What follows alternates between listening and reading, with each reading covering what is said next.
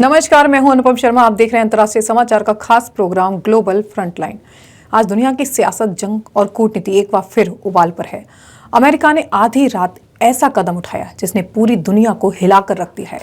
Washington के सीधे सैन्य एक्शन में वेनेजुएला के राष्ट्रपति को गिरफ्तार कर लिया गया है। तो वहीं यूरोप से लेकर लैटिन अमेरिका तक विरोध की आग भड़क उठी है। इन खबरों पर करेंगे विस्तार से चर्चा। पहले एक नजर आज की हेडलाइंस पर। अमेरिका का बड़ा सैन्य एक्शन, वेनेजुएला के राष्ट्रपति गिरफ्तार। न्यूयॉर्क पहुंचे मादुरो, ब्रुकलिन डिटेंशन सेंटर में रखे जाने की तैयारी। इटली की पीएम मेलानी ने वेनेजुएला पर अमेरिकी हमले को बताया जायज। दक्षिणी कोरियाई राष्ट्रपति की चीन यात्रा से ठीक पहले उत्तर कोरिया ने दिखाए तेवर, दागी बॉलिस्टिक मिसाइल।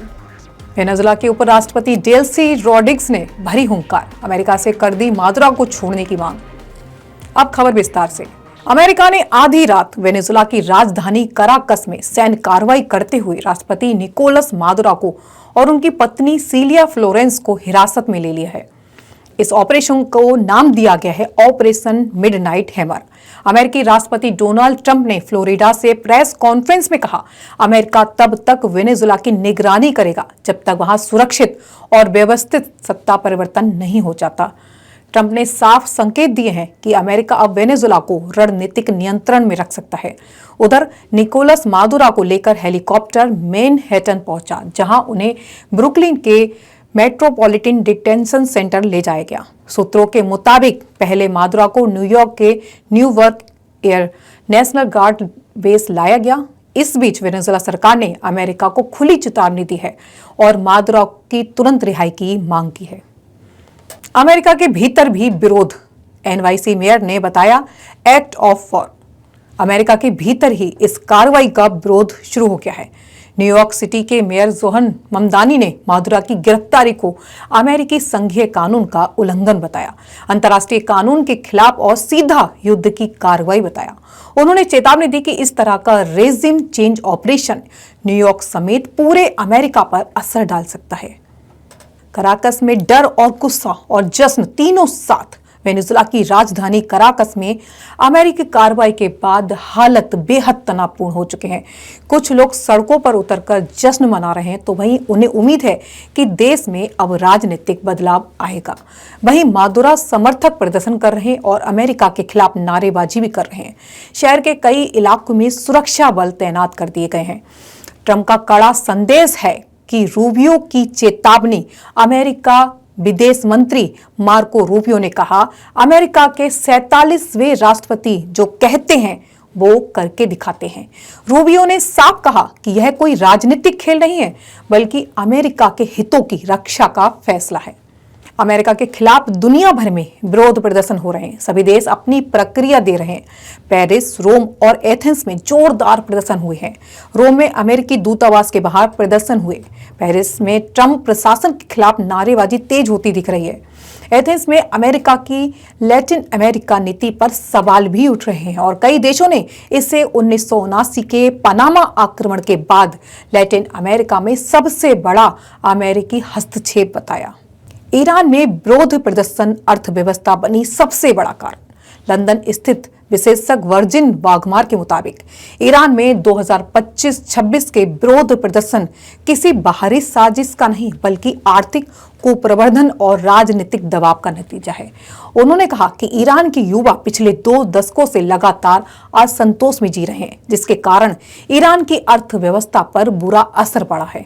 रूस और यूक्रेन के बीच 46 महीने से ज्यादा समय से युद्ध चल रहा है। 24 फरवरी 2022 को रूस ने यूक्रेन पर हमला कर दिया था। तभी से यह युद्ध जारी है। युद्ध की शुरुआत में लगा था कि रूसी सेना कुछ ही दिन में जीत हासिल कर लेगी, लेकिन लगातार मिले इंटरनेशनल सपोर्ट की वजह से यूक्रेनी सेना अभी भी रूसी सेना के सामने डटी हुई है। अमेरिका के राष्ट्रपति डोनाल्ड ट्रंप ने इस युद्ध में सीज फायर की पूरी कोशिश की, लेकिन अभी तक दोनों देशों के बीच सहमति नहीं बनी। इसी बीच अब यूक्रेनी कैबिनेट में एक बड़े बदलाव का प्रस्ताव सामने आया है। यूक्रेन को जल्द ही नया रक्षा मंत्री मिल सकता है। यूक्रेनी राष्ट्रपति व्लादिमीर जेलेंस्की ने मिखाइलो फेडोरोवा को देश का नया रक्षा मंत्री बनने का प्रस्ताव पेश किया है। फिलहाल डेनिस समिहाल यूक्रेन के रक्षा मंत्री हैं। 34 वर्षीय फेडरोव को राजनीति में ज्यादा समय नहीं हुआ है, लेकिन वह जेलेंस्की के करीबी माने जाते हैं। वह 2025 से यूक्रेन के उप प्रधानमंत्री और 2019 से डिजिटल परिवर्तन मंत्री रहे हैं। रूस यूक्रेन युद्ध के दौरान उन्होंने यूक्रेन के लिए एलन मस्क से स्टारलिंक टर्मिनल मांगे, ड्रोन कार्यक्रम शुरू किया और तकनीकी कंपनियों पर रूस से बाहर निकलने का दबाव डाला।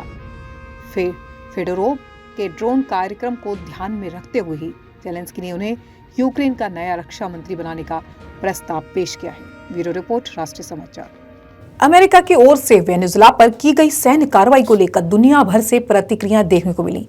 इटली की प्रधानमंत्री जॉर्जिया मेलोनी ने भी इस पर अपना मत रखा है। मेलोनी ने वेनेजुला में अमेरिकी सैन्य कार्रवाई का बचाव किया। उन्होंने इसे जायज रक्षा बताया। हालांकि उन्होंने यह भी कहा कि सत्ता बदलने के लिए बाहरी सैन्य बल का इस्तेमाल नहीं किया जाना चाहिए। जॉर्जिया मेलोनी ने कहा, सरकार का मानना है कि बाहरी सैन्य कार्रवाई सत्तावादी शासनों को खत्म करने का तरीका नहीं है, लेकिन साथ ही वे अपनी सुरक्षा पर हाइब्रिड हमलों के खिलाफ रक्षात्मक हस्तक्षेप को जायज मानती हैं, जैसा कि उन सरकारी संस्थाओं के मामले में है जो ड्रग तस्करी को बढ़ावा देते हैं। इटली की प्रधानमंत्री जॉर्जिया मेलोनी ने भी इस पर अपना मत रखा है। मेलोनी ने वेनेजुला में अमेरिकी सैन्य कार्रवाई का बचाव किया है। उन्होंने इसे जायज रक्षा बताया। हालांकि उन्होंने यह भी कहा कि सत्ता बदलने के लिए बाहरी सैन्य बल का इस्तेमाल नहीं किया जाना चाहिए। जॉर्जिया मेलोनी ने कहा, सरकार का मानना है कि बाहरी सैन्य कार्रवाई सत्तावादी शासनों को खत्म करने का तरीका नहीं है, लेकिन साथ ही वे अपनी सुरक्षा पर हाइब्रिड हमलों के खिलाफ रक्षात्मक हस्तक्षेप को जायज मानती हैं, जैसा कि उनकी सरकारी संस्थाओं के मामले में है जो ड्रग तस्करी को बढ़ावा देती है। ब्यूरो रिपोर्ट, राष्ट्रीय समाचार। क्या विश्व में सच में तबाही की दहलीज पर खड़ा होता दिख रहा है? नास्ते दमन ने सैकड़ों साल पहले जिस साल को हिंसा और वैश्विक उथल पुथल बताया था, वही 2026 अब आ गया है। राष्ट्रवाद, धर्म और सत्ता की जंग में इंसान ही इंसान का शत्रु बन जाएगा। और इसी बीच अमेरिका ने रात के अंधेरे में वेनेजुला में सीक्रेट ऑपरेशन किया, जो नास्ते दमन की रहस्यमयी भविष्यवाणी से ठीक मिलता जुलता है। दूसरी तरफ बाबा बेंगा की कुछ भविष्यवाणियां भी ऐसी ही हैं। क्या वाकई दुनिया थर्ड वर्ल्ड वॉर की तरफ बढ़ रही है? नास्टेडमस की भविष्यवाणी के मुताबिक 2026 में दुनिया थर्ड वर्ल्ड वॉर की तरफ जा सकती है, जो फ्यूचर के लिए विनाशकारी हो सकता है। राष्ट्रवाद और धर्म के नाम पर चारों तरफ मार काट होगी। यह दुनिया को तबाही की तरफ ले जा सकता है। वेनेजुला की राजधानी काराकस में अमेरिका ने रात के अंधेरे में बड़ा ऑपरेशन किया और सीधे उसके राष्ट्रपति को पकड़कर अपने देश ले गए। मधुमक्खियों के झुंड का मतलब क्या है? नास्ते दमन ने अपनी किताब में लिखा है कि मधुमक्खियों का एक झुंड होगा। ये वाकई में नास्ते दमन की भविष्यवाणी के अनुसार ही लगता है, जिसमें रात के वक्त अचानक होने वाले अटैक की बात कही गई है। नास्टेडमस की भविष्यवाणी में मधुमक्खियों के झुंड शब्द का प्रयोग हुआ है। इसका मतलब है कि भविष्यवाणी में मधुमक्खियों के झुंड का मतलब असल में मधुमक्खियां नहीं है। यह हवा में झुंड में आकर हमला करने के संदर्भ में कहा गया है। अमेरिकी फौज ने इसी अंदाज में वेनेजुला में अटैक किया। नास्टेडमस की भविष्यवाणी के मुताबिक 2026 में दुनिया थर्ड वॉर की तरफ जा सकती है, जो फ्यूचर के लिए विनाशकारी साबित हो सकता है। राष्ट्रवाद और धर्म के नाम पर चारों तरफ मार काट होगी। ये दुनिया को तबाही की तरफ ले जा सकता है। वेनेजुला की राजधानी काराकस में अमेरिका ने रात के अंधेरे में बड़ा ऑपरेशन किया और सीधे उसके राष्ट्रपति को पकड़कर अपने देश ले गए। मधुमक्खियों के झुंड का मतलब क्या है? ये वाकई में नास्टेडमस की भविष्यवाणी के अनुसार लगता है, जिसमें रात के वक्त अचानक होने वाले अटैक की बात कही गई थी। नास्टेडमस की भविष्यवाणी में मधुमक्खियों के झुंड शब्द का प्रयोग हुआ था। इसका मतलब है कि आने वाले समय में इसी तरह के युद्ध होंगे। यह हवा से झुंड में आकर हमला करने के संदर्भ में कहा गया होगा, जैसे कि अभी अमेरिका में हुआ है। अमेरिकी फौज ने इसी अंदाज में वेनेजुला पर अटैक किया था। ब्यूरो रिपोर्ट, राष्ट्रीय समाचार। अमेरिका के राष्ट्रपति डोनाल्ड ट्रंप ने बार बार कहा था कि उनकी सेनाएं वेनेजुएला पर हमला कर सकती हैं। ट्रंप ने जो कहा था वैसा ही हुआ। अमेरिका ने एक कदम आगे बढ़ाते हुए न सिर्फ वेनेजुएला पर हमला किया है, बल्कि निकोलस मादुरो और उनकी पत्नी को उनके आवास से पकड़कर अमेरिका ले जाया गया है। वेनेजुएला में उपजी इस गंभीर स्थिति के बाद उपराष्ट्रपति डेल्सी रोड्रिग्स ने एक बड़ा बयान दिया है। वेनेजुएला की उपराष्ट्रपति डेल्सी रोड्रिग्स ने कहा कि निकोलस मादुरो देश के वैध राष्ट्रपति हैं। रोड्रिग्स ने अमेरिका से मादुरो को छोड़ने की मांग करते हुए कहा है कि उनका देश किसी भी उपनिवेश से नहीं डरेगा। उपराष्ट्रपति ने यह भी कहा कि वेनेजुएला अपने प्राकृतिक संसाधनों की रक्षा भी करेगा। ट्रंप ने जो कहा था वैसा ही हुआ और अमेरिका ने एक कदम आगे बढ़ते हुए न सिर्फ वेनेजुएला पर हमला किया, बल्कि निकोलस मादुरो और उसकी पत्नी को उनके आवास से पकड़कर अमेरिका ले जाया गया। वेनेजुएला ने उपजी इस गंभीर स्थिति के बाद उपराष्ट्रपति डेल्सी रोड्रिग्स ने बड़ा बयान दिया है। वेनेजुएला की उपराष्ट्रपति डेल्सी रोड्रिग्स ने कहा कि निकोलस मादुरो देश के वैध राष्ट्रपति हैं। रोड्रिग्स ने अमेरिका से मादुरो को छोड़ने की मांग करते हुए कहा कि उनका देश किसी भी उपनिवेश का योग नहीं बनेगा।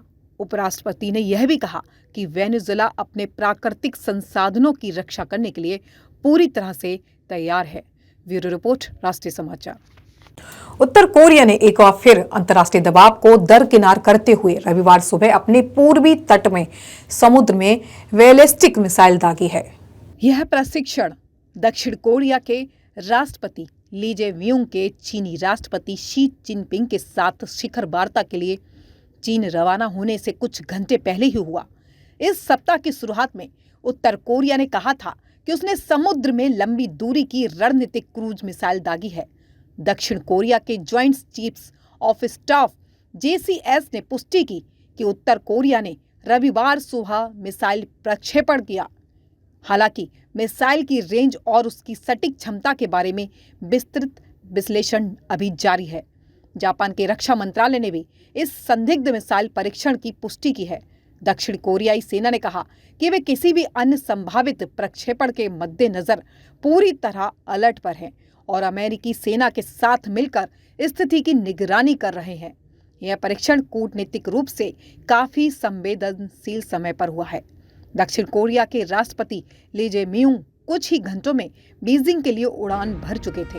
इस शिखर वार्ता में उत्तर कोरिया के परमाणु कार्यक्रम और क्षेत्रीय शांति पर चर्चा होना तय है। इस समय परीक्षण कर उत्तर कोरिया ने दक्षिण कोरिया और चीन दोनों को अपनी सैन्य उपस्थिति का कड़ा संदेश देने की कोशिश की है। उत्तर कोरिया जल्द ही सत्तारूढ़ वर्कर्स पार्टी की बड़ी कांग्रेस यानी एक कामयाब पार्टी बन सकती है। ब्यूरो रिपोर्ट, राष्ट्रीय समाचार। निकोलस मादुरो के बाद अब वेनेजुएला की सत्ता कौन संभालेगा, इसको लेकर ट्रंप ने प्रेस कॉन्फ्रेंस में जवाब दिया। वेनेजुएला में सैन्य कार्रवाई कर वहां के राष्ट्रपति निकोलस मादुरो और उनकी पत्नी को बंधक बनाकर अमेरिका ले जाने के बाद देर शाम राष्ट्रपति डोनाल्ड ट्रंप ने एक प्रेस कॉन्फ्रेंस की और वेनेजुएला का अब भविष्य क्या होगा इसके बारे में भी बताया। ट्रंप ने कहा कि वेनेजुएला में सुरक्षित सत्ता बदलाव होने तक अमेरिका उस देश का प्रशासन संभालेगा। अमेरिका ने शनिवार को तड़के एक आश्चर्यजनक सैन्य अभियान में वेनेजुएला के राष्ट्रपति निकोलस मादुरो को पकड़ लिया और उन्हें देश के बाहर ले जाया गया। मादुरो को एक वॉरशिप से अमेरिका ले जाया गया, जहां उनके खिलाफ मुकदमा चलेगा।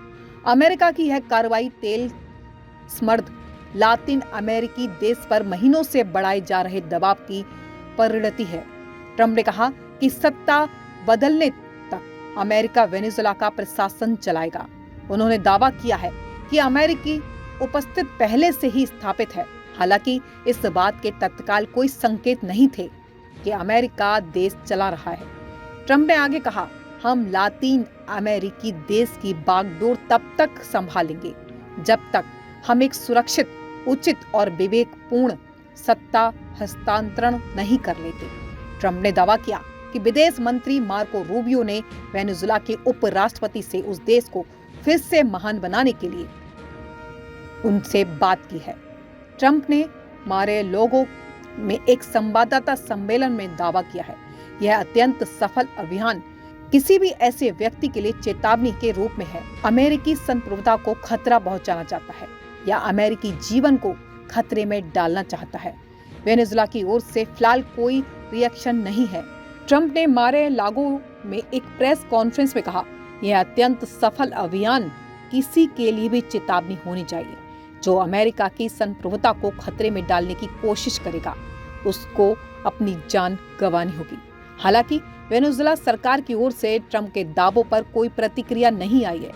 वेनेजुएला के सरकारी टीवी ने काराकस में विरोध प्रदर्शन करते हुए मादुरो और समर्थकों के छोटे छोटे समूह की लाइव तस्वीरें प्रसारित की हैं। ब्यूरो रिपोर्ट, राष्ट्रीय समाचार। और अब खबर ज्ञान विज्ञान से। अंतरिक्ष की दुनिया से इस वक्त सबसे बड़ी खबर सामने आई है। नासा का आर्टेमिस 2 मिशन अपने ऐतिहासिक लॉन्च के बेहद करीब पहुंच चुका है। फिलहाल नासा स्पेस लॉन्च सिस्टम यानी SLS रॉकेट, ओरियन कैप्सूल और ग्राउंड सिस्टम की गहन जांच कर रहा है। आज की खबरें यही खत्म होती हैं, लेकिन इन खबरों के सवाल अभी बाकी हैं। दुनिया अलग अलग नक्शों पर बटी जरूर है, मगर डर, अस्थिरता और बेचैनी हर जगह एक जैसी है। कहीं अर्थव्यवस्था लोगों को सड़कों पर ले आई है, तो कहीं सत्ता की जिद इंसानियत पर भारी पड़ती दिख रही है। ये तस्वीरें याद दिलाती हैं कि शांति, सुरक्षा और संवेदनशीलता आज भी दुनिया की सबसे बड़ी जरूरत है। इन्हीं सच्ची और जमीन से जुड़ी खबरों के लिए हमारे साथ जुड़े रहिए। हम कल फिर मिलेंगे नई सोच के साथ। देश दुनिया की बाकी खबरों के लिए देखते रहें राष्ट्रीय समाचार। तब तक के लिए नमस्कार।